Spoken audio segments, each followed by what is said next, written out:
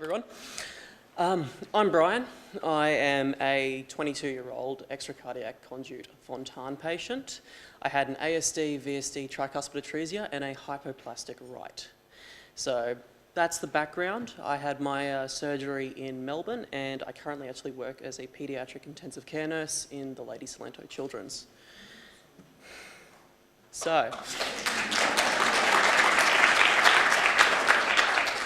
just stay up here all day. To start off with, the question was asked, why did I participate in the functional outcome study? And to quote myself, I participated because I want to have the best possible health outcomes, not only for myself, but for others living with a Fontan circulation. And that's the biggest reason. Through participating in research and conducting research, the medical field is able to progress and develop a further understanding of what can be done and needs to be done for patients such as myself to live wonderful lives and have the best quality of life that can possibly be achieved. So the question is asked, what impact does a single study have?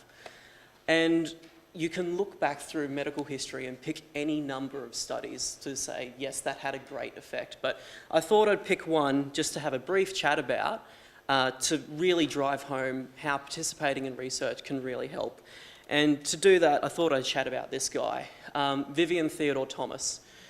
A bit left-wing, but he was a carpenter back in the United States in the 1930s. And during the Great Depression, he needed to find a job. He always wanted to work as a doctor, but given the segregation at the time and the fact that he didn't have much money, he wasn't able to get into medical school. So he decided that he would be employed as a cleaner for Alfred Baylock, and he worked for him for a number of years. In 1943, Dr. Helen Tussing actually asked for Baylock's assistance to help fix with something known as blue baby syndrome, which we now know was tautology of Fallot. At the time, Baylock instantly passed it on to Thomas, who had progressed from being his cleaner, even though he's still employed as a cleaner, because he didn't want to pay him extra, to try and work out how to fix this. So Thomas stayed up in the lab, worked for just over a year, and was able to replicate the conditions for blue baby syndrome in over 200 dogs. So he was doing the operation on the dogs themselves and was able to create the exact conditions needed and was able to prove to both Baylock and Tussing that a surgical option was basically possible to fix this type of procedure. This guy was a carpenter who never went to university. And interestingly enough, on the day of the actual surgery came round, Baylock had never performed one of these surgeries before. Thomas had performed the surgery hundreds of times on dogs, but because Baylock was the surgeon and had been to university, he had never actually performed. So it was up to Thomas to stand behind Baylock and basically run him through step by step on how to perform the surgery on Eileen Saxon, which is pictured up there. The surgery was considered a success, and the surgical techniques that this one study, this one bit of research was able to develop, lay the foundations for the Fontan operation as we know it today. So, why do we do research in the registry? And I would point you to this graph, which is possibly my biggest driving factor. It is a graph of the life expectancy in cystic fibrosis patients over the last couple of decades. And at each and every single one of these increments, as the life expectancy gets higher and higher, more research is being done. Particularly here, we've got the CF protein identified, we've got the first successful pregnancy. All of these are research milestones. And as more research is done in these areas, people are able to say, yes, this is how we treat this, this is how we do live with this condition, and this is what we can do. And we can add in lots of other therapies to try and help with quality of life. And that's not just in CF patients, that's across every single type of medical condition, including obviously congenital hearts. So the only way medicine can advance is through research trials. A greater understanding of the physiology behind the disease enables for better management and better health outcomes. And the Fontan Registry itself is a very active research group. If you go to the Fontan Registry website, there's currently 16 published papers just to do with Fontans, which is a massive database of information. And as that was already pointed out earlier in the day, the Fontan Registry is the largest registry of its kind, and having that large population to deal with is vital in being able to make projections and have a good research number of participants in studies. When you have a very low number of participants, you can basically prove absolutely anything, and even manage to put research studies that may not necessarily belong in the Lancet. So my personal experience is I actually fly interstate to participate in research because that's how much I love it.